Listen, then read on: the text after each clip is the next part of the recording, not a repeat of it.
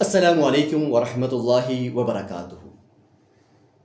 آج ہم بات کریں گے کہ اگر ہم حدود اللہ کے اندر نرمی کریں یا کوئی ایسا شخص جو ہمارے سامنے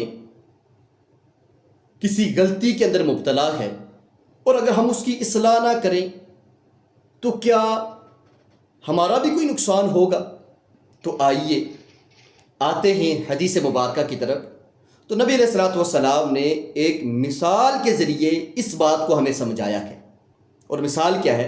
نبی علیہ الصلوۃ والسلام نے ارشاد فرمایا کہ چند لوگ ایک کشتی کے اندر سفر کر رہے ہیں۔ جب انہوں نے سفر کا ارادہ کیا تو وہ کشتی دو منزل تھی، ایک نیچے والی منزل ہے، ایک اوپر والی منزل ہے۔ کچھ لوگ نیچے والی منزل میں رہیں گے، کچھ اوپر والی منزل میں رہیں گے۔ اب کون لوگ نیچے والی منزل میں اور کون اوپر ہوں گے، اس کے لیے انہوں نے قرعہ اندازی کی، اور جن کا نام اوپر والی منزل میں ہے تو وہ اوپر، جن کا نام نیچے والی منزل میں ہے تو وہ نیچے۔ چنانچہ جب قرعہ ڈالا گیا اور اس کے بعد جن کا نام جس جگہ پہ آیا سفر شروع کر دیا گیا۔ جب سفر شروع ہوا تو جو اوپر والی منزل والے ہیں وہ تو ان کے پاس ڈول ہے یا کوئی بھی ایسا برتن ہے تو اس کو انہوں نے رسی لگا کے ایسے سمندر میں ڈالا اور پانی نکال لیا۔ اب جو نیچے والی منزل ہے، اور آپ کے علم میں ہوگا کہ وہ اکثر جو سمندر کے کافی حد تک نیچے والی منزل وہ سمندر کے اندر ہوتی ہے۔ اب جو نیچے والی منزل میں لوگ رہ رہے تھے انہیں بھی پانی کی ضرورت تھی۔ اب وہ پانی لینے کے لیے اوپر والی منزل پہ آتے اور وہاں سے پانی لیتے اور پھر اپنی آرام والی جگہ پہ چلے جاتے۔ اب جو نیچے والی منزل کے لوگ تھے انہوں نے کچھ محسوس کیا کہ ہمارا بار بار اوپر آنا اور آ کے وہاں پانی لینا، اس سے تو اوپر والی منزل کے لوگ جو ہیں وہ تنگ ہو رہے ہیں۔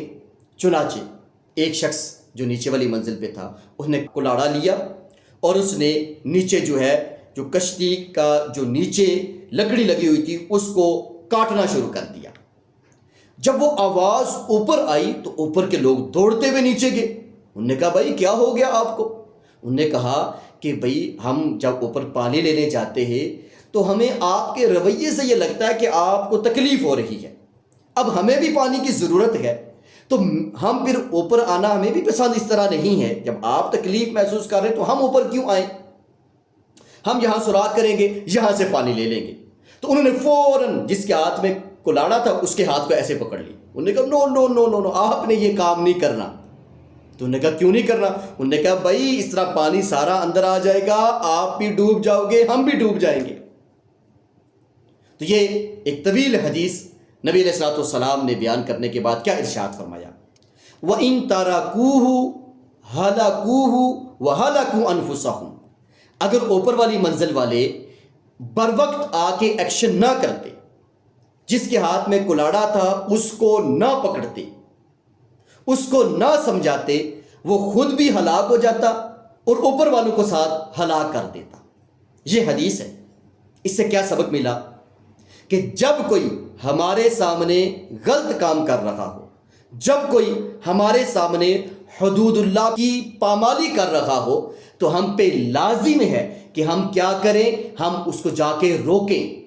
اگر نہ روکیں تو اس کا حشر وہی ہوگا جو حشر اوپر والی منزل والے اگر جا کر نیچے جو شخص کلاڑے سے کشتی کے پھٹوں کو کاٹ رہا تھا اگر اس کو نہ روکتے تو سارے غرق ہو جاتے۔ تو اسی طرح جب میں اور آپ شریعت کے معاملے میں کسی ایسے شخص کو دیکھتے ہیں کہ جو شریعت کی حدود کی پامالی کر رہا ہے، اگر ہم اس کو نہیں روکیں گے اور اس معاشرے کے اندر، اس علاقے کے اندر، اس بستی پہ جب عذاب آئے گا تو اس وقت میں اور آپ یہ نہیں کہہ سکیں گے کہ اللہ رب العالمین ہم تو اس جرم میں ان کے ساتھ نہیں تھے۔ تو بسا اوقات جرم پہ خاموشی بھی جرم کرنے کے مترادف بن جاتی ہے، اور خاص طور پہ جب گناہ کبیرہ کیے جائے، خاص طور پہ جب حدود اللہ کی پامالی کی جائے، خاص طور پہ جب اعلانیہ شریعت کی مخالفت کی جائے، تو اس وقت جب عذاب آتا ہے تو اس بستی کے نیک لوگ بھی اس عذاب کی لپٹ میں آ جاتے ہیں۔